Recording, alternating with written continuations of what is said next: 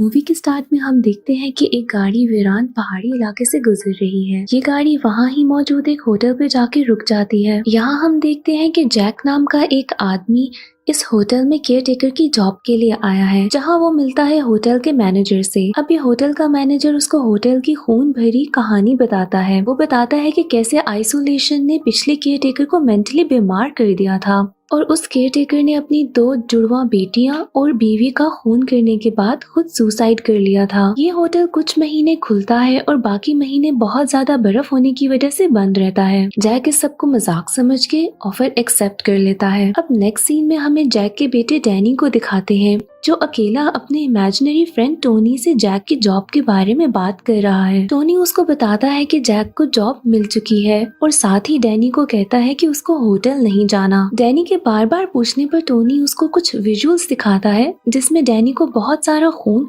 और 2 ट्विन लड़कियां नजर आती हैं। ये सब देख के डैनी बहुत ही ज्यादा डर जाता है। यहाँ डैनी की मॉम डॉक्टर को बताती हैं कि कैसे एक बार गुस्से में जैक ने डैनी का हाथ फ्रैक्चर कर दिया था और उस एपिसोड के बाद से डैनी अपने इमेजिनरी फ्रेंड से बात करता रहता है। जैक अब अपनी फैमिली के साथ होटल पहुंच जाता है, जहाँ मैनेजर इनको वहाँ के शेफ से मिलवाता है, जो इनको होटल की इम्पोर्टेंट इन्फॉर्मेशन देता है। शेफ जब डैनी के पेरेंट्स से बात कर रहा होता है, वहाँ ही ये शेफ डैनी से टेलीपैथिक तरीके से बातें करता है। डैनी इस बात से बहुत ही ज्यादा शॉक हो जाता है। ये शेफ डैनी को बताता है कि वो अपनी दादी से घंटों ऐसे ही बात करता था और उसकी दादी ऐसे लोगों को द शाइनिंग कहती थी, और ये भी बताता है कि हमारे जैसे और भी लोग हैं। यहाँ डैनी शेफ को टोनी के बारे में बताता है और साथ ही पूछता है कि क्या इस होटल में कुछ हुआ था, और साथ ही वो रूम नंबर 237 के बारे में पूछता है। इस सवाल से शेफ बहुत ही ज्यादा शॉक हो जाता है और कहता है कि उस रूम से बस दूर रहना। अब नेक्स्ट सीन में दिखाते हैं कि डैनी और उसकी मॉम बाहर एक बहुत ही बड़े गार्डन में घूम रहे हैं और वहाँ होटल में जैक की नेचर स्लोली चेंज हो रही है। जैक की वाइफ उससे बात करती है तो उसको फील होता है कि जैक अब वैसा नहीं रहा जैसे होटल की जॉब से पहले था। अब दूसरी तरफ दिखाते हैं कि डैनी होटल में साइकिलिंग कर रहा होता है कि वो अचानक से रूम नंबर 237 के पास चला जाता है। ये रूम कम्प्लीटली लॉक्ड है। यहाँ डैनी को वो 2 ट्विन सिस्टर्स नजर आती हैं, जिनको देख के वो डर के वापस चला जाता है। डैनी को वो ट्विन सिस्टर्स फिर से नजर आती हैं और इस बार वो डैनी को कहती हैं, come play with us forever and ever and ever. Danny डर के अपनी आंखें बंद कर लेता है, जिसके बाद वो ट्विन्स गायब हो जाती हैं। यहाँ होटल में अब इस फैमिली को एक मंथ हो जाता है। अब बाहर की रोड्स फुली स्नो से कवर्ड है और इस फैमिली के अलावा यहाँ पर कोई भी नहीं है। एक दिन डैनी अपने फादर के पास जाके पूछता है कि क्या आप मुझे और मेरी मॉम को कभी भी हर्ट करेंगे, जिसके आंसर में जैक कहता है कि कभी भी नहीं और मैं तुमसे बहुत ज्यादा प्यार करता हूँ। इसके बाद दिखाते हैं कि डैनी कुछ टॉयज के साथ खेल रहा है कि इतने में एक बॉल रोल होते हुए डैनी के पास आती है। डैनी उस बॉल को फॉलो करता है और वो फिर से रूम नंबर 237 के पास पहुँच जाता है, पर इस बार कमरे का दरवाजा खुला है। डैनी आवाज देता है कि मॉम क्या आप अंदर हैं, बट उसको कोई जवाब नहीं मिलता। दूसरी तरफ डैनी की मॉम दिखाते हैं जो कि किचन में कोई काम कर रही होती हैं, कुछ मशीन्स का टेम्परेचर सेट कर रही होती हैं। वैसे तो ये जॉब डैनी के फादर को मिली थी, यानी कि जैक को, बट यहाँ पर सारा काम डैनी की मॉम को करना होता है क्योंकि जैक दिन रात राइटिंग में बिजी होता है। अब डैनी की मॉम यहाँ पर काम करने में बिजी होती है कि उनको अचानक से जैक के चीखने की आवाज आती है। वो घबरा के जैक की तरफ जाती है कि क्या हुआ है। वो देखती है कि जैक नींद में चिल्ला रहा है। जब जैक को होश आता है तो वो बहुत बुरी तरह से डरा होता है। जैक अपनी वाइफ को बताता है कि उसने बहुत ही बुरा ड्रीम देखा। उसने देखा कि उसने अपनी बीवी और डैनी को मार दिया है और उनके छोटे छोटे टुकड़े कर दिए हैं। अब यहाँ पर डैनी भी आ जाता है। उसकी हालत बहुत खराब है, वो रो रहा है और उसके कपड़े बहुत बुरे तरीके से फटे हुए हैं।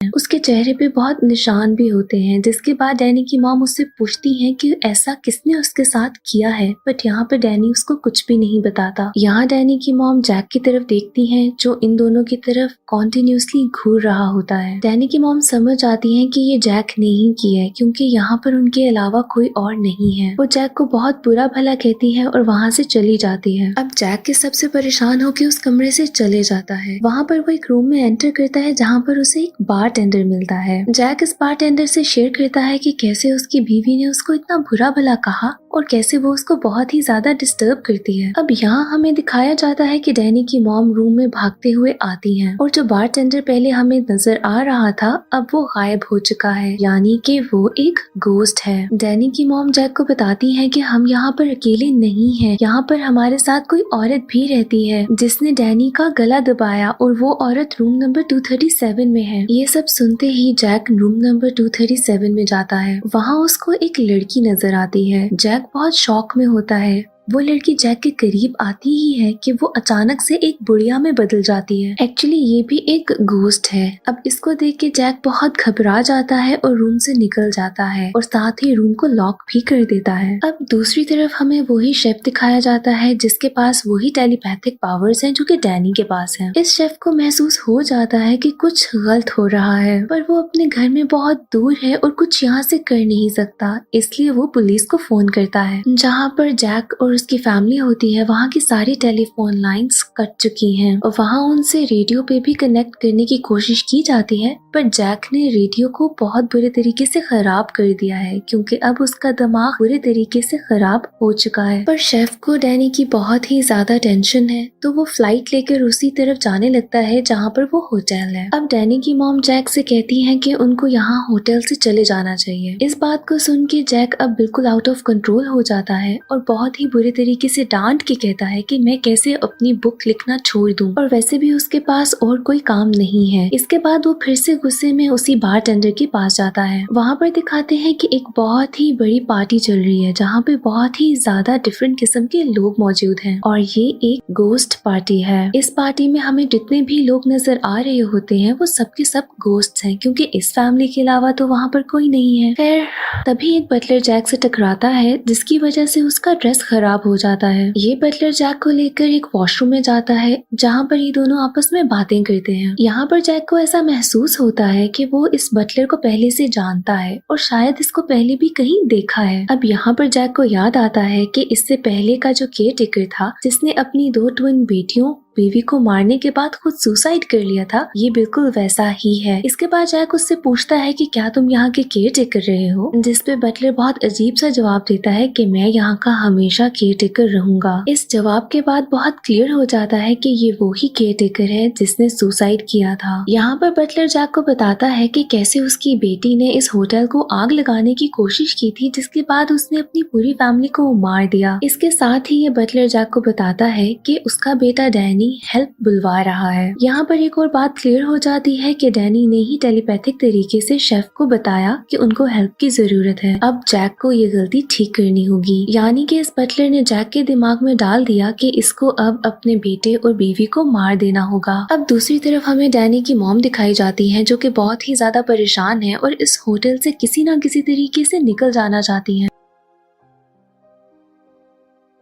इसके बाद डैनी की मॉम जाती है जैक को ढूंढने के लिए। उनके हाथ में एक बेसबॉल बैट भी होता है। जैक को ढूंढते ढूंढते वो उस रूम में पहुंच जाती हैं जहां पर जैक बहुत ही दिनों से एक किताब लिख रहा है। डैनी की मॉम टाइपराइटर तक पहुंचती है और देखती है कि वहां पर जैक पिछले 1 मंथ से सिर्फ एक ही लाइन लिख रहा है। ये लाइन होती है all work and no play makes Jack a dull boy. ये देखकर वो बहुत ही ज्यादा शॉक में आ जाती है कि कैसे इतने 100 पेजेस के ऊपर जैक ने सिर्फ एक ही लाइन लिखी है। इतने में पीछे से जैक आ जाता है और उसको ये देख के बहुत ही ज्यादा गुस्सा आता है कि डैनी की मॉम ये सब काम जो उसने इतने दिनों में किया है वो देख रही हैं। वो क्यों उसके पेजेस को पढ़ रही है जिसपे वो काम कर रहा था। यहाँ पर अब जैक का दिमाग बिल्कुल खराब हो चुका हुआ है और वो पूरे तरीके से साइकोटिक हो चुका है। ये बात डैनी की मॉम सेंस कर लेती है कि जैक उनको नुकसान पहुंचाने वाला है। जैक आगे बढ़ने लगता है कि डैनी की मॉम के हाथ में जो बेसबॉल बैट होता है वो जैक के सर पे मार देती है जिसकी वजह से जैक बेहोश हो जाता है। इसके बाद वो जैक को स्टोर रूम में बंद कर देती है। अब इतने में जैक को होश आ जाता है लेकिन तब तक डैनी की मॉम ने बाहर से लॉक लगा दिया होता है। यहाँ पर डैनी की मॉम जैक को बताती है कि वो डैनी को लेकर यहाँ से जा रही हैं। अब ये सुनकर जैक बहुत ही ज्यादा हंसता है और बताता है कि वो कहीं पे नहीं जा सकती और अगर यकीन नहीं आता तो जाके रेडियो और बर्फ में चढ़ने वाली उस गाड़ी को देख लो। डैनी की मॉम भागकर उस गाड़ी की तरफ जाती है तो देखती है कि उस गाड़ी को बिल्कुल बुरे तरीके से खराब कर दिया हुआ है और उसके हर तरफ पीसेस पड़े हैं और यहाँ पर रेडियो भी खराब है जिसकी वजह से बाहर किसी से भी कम्युनिकेट नहीं किया जा सकता। इस सब से बहुत ज्यादा परेशान होकर अब डैनी की मॉम अपने कमरे में जाकर सो जाती हैं। साथ ही दिखाते हैं कि रूम में डैनी भी आ चुका है और उसके हाथ में एक नाइफ है, यानी कि ये डैनी नहीं बल्कि उसकी पर्सनालिटी टोनी है। साथ ही डैनी वही वर्ड रेड रूम बोल रहा होता है। अब ये सुन के उसकी मॉम की आंख खुल जाती है। वो कमरे के मिरर में देखती है कि एक डोर है जिसपे मर्डर लिखा है, पर जब वो डोर की तरफ डायरेक्टली देखती हैं तो उस पे रेड रूम लिखा होता है, यानी कि डैनी स्टार्ट से ही उनको एक खतरे के बारे में बता रहा था। अब दूसरी तरफ हमें जैक दिखाते हैं जो कि फिर से उस केयर टेकर की गोश्त से बात कर रहा है। वो गोश्त जैक को कहता है कि तुम अपना काम ठीक से नहीं कर सके, जिसके बाद जैक कहता है कि मुझे एक और मौका दे दो। इसके साथ ही वो डोर खुल जाता है और इसके बाद दिखाते हैं कि जैक के हाथ में एक कुल्हाड़ी है और वो उसी दरवाजे को तोड़ने की कोशिश कर रहा है जिसमें डैनी और उसकी मॉम है। वो उस कुल्हाड़ी को लेकर डोर को तोड़ने की कोशिश कर रहा होता है। इतने में डैनी को उसकी मॉम लेकर वॉशरूम में चली जाती है। यहाँ पर डैनी की मॉम डैनी को वॉशरूम की विंडो से बाहर भेजने की कोशिश करती है। डैनी तो बाहर चला जाता है बट वो खुद बाहर नहीं निकल पाती क्योंकि विंडो बहुत छोटी होती है। दूसरी तरफ दिखाते हैं कि जैक ने रूम का डोर तो तोड़ लिया है और अब वो वॉशरूम के डोर पर हमला कर रहा है। वो वॉशरूम का डोर भी तोड़ता है और हाथ से लॉक खोलने की कोशिश करता है। अब डैनी के मॉम के हाथ में वही नाइफ है जो डैनी ने उनको दी थी। वो इसी नाइफ से जैक पर हमला करती हैं और साथ ही हमें बाहर एक कार की आवाज आती है। बेसिकली ये वही शेफ होता है जो कि डैनी की हेल्प के लिए आया है। अब कार की आवाज सुन के जैक बिल्कुल अपनी वाइफ को छोड़ के उसके पीछे जाता है। यहाँ होटल के हॉल में जैक को शेफ नजर आता है और वो उसी कुल्हाड़ी से शेफ को मार देता है। शेफ को मारने के बाद जैक अपने बेटे के पीछे भागता है जो कि बाहर बर्फ में है। डैनी विंडो से बाहर निकलकर उसी मेज में चला जाता है जहाँ पे वो पहले अपनी मॉम के साथ जाता था। जैक जब बाहर निकलता है तो वो डैनी के फुटस्टेप्स को फॉलो करते हुए उस मेज में ही चला जाता है। डैनी ये बात समझ आता है और वो अपने फुटस्टेप्स को क्लीन करता है, जिसके बाद वो एक जगह पर खामोशी से छुप के बैठ जाता है। जैक डैनी का पीछा करता रहता है और उसको बहुत ज्यादा आवाजें भी देता है। दूसरी तरफ हमें डैनी की मॉम दिखाते हैं वो जो बहुत ज्यादा घबराई हुई हैं और अब होटल की लॉबी में हैं। उनको होटल की लॉबी में बहुत ज्यादा घोस्ट नजर आते हैं। इन सब से डर के डैनी की मॉम भी होटल से बाहर आ जाती है और दूसरी तरफ दिखाते हैं कि डैनी भी अब मेज से बाहर है, क्योंकि ये वही मेज था जहाँ पर डैनी बहुत दफा अपनी मॉम के साथ आ चुका है, पर जैक इस मेज में कभी पहले नहीं गया था और उसको अब रास्ता नहीं मिल रहा होता। इसके बाद डैनी अपनी मॉम के पास जाता है और ये दोनों उसी कार में जिसमें शेफ उस होटल में आया था उसमें बैठ के वहाँ से चले जाते हैं। और जैक जिसको अब बाहर आने का रास्ता नहीं मिल रहा था वो इतनी ठंड में उसी मेज में बर्फ में जम के मर जाता है। और इसी के साथ यहाँ पर मूवी एंड हो जाती है।